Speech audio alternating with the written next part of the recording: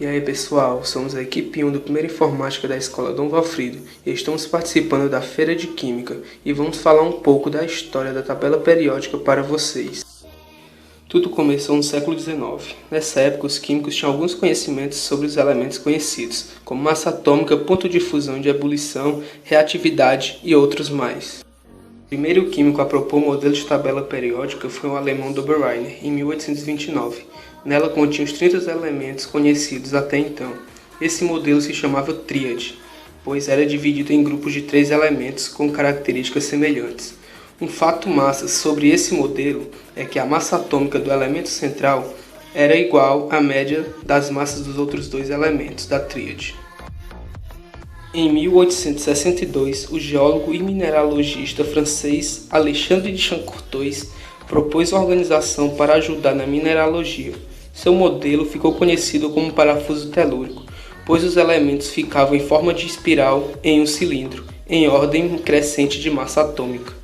Em 1865, o químico e músico inglês Newland propôs a lei das oitavas.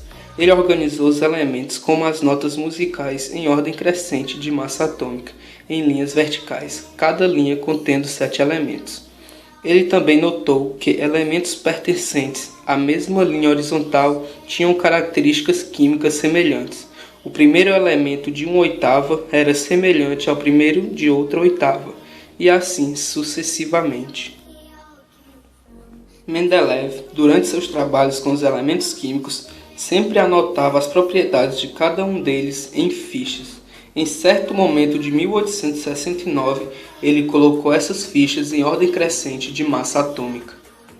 Logo após organizar os elementos em ordem crescente de massa atômica, Mendeleev manteve o padrão, mas posicionou os elementos em colunas horizontais e verticais, respeitando as características e semelhanças dos elementos. Em 1913, o químico inglês Moseley, a partir do modelo de Mendeleev, montou a tabela periódica nos padrões que conhecemos hoje. Diferente de Mendeleev, Moseley organizou os elementos em ordem crescente de número atômico. Manteve a organização em colunas horizontais e verticais, mas posicionou os elementos de mesmas características químicas nas mesmas colunas verticais. Após 1913, a tabela periódica não sofreu nenhuma grande alteração, só foram acrescentados novos elementos. A tabela de Moseley não apresentava os elementos de número atômico entre 110 e 118. Além disso, os actinídeos estavam localizados acima dos lantanídeos. Isso é tudo, pessoal. Espero que vocês tenham gostado. Deixem o seu like, compartilhe para seus amigos e se inscrevam no canal. E até a próxima.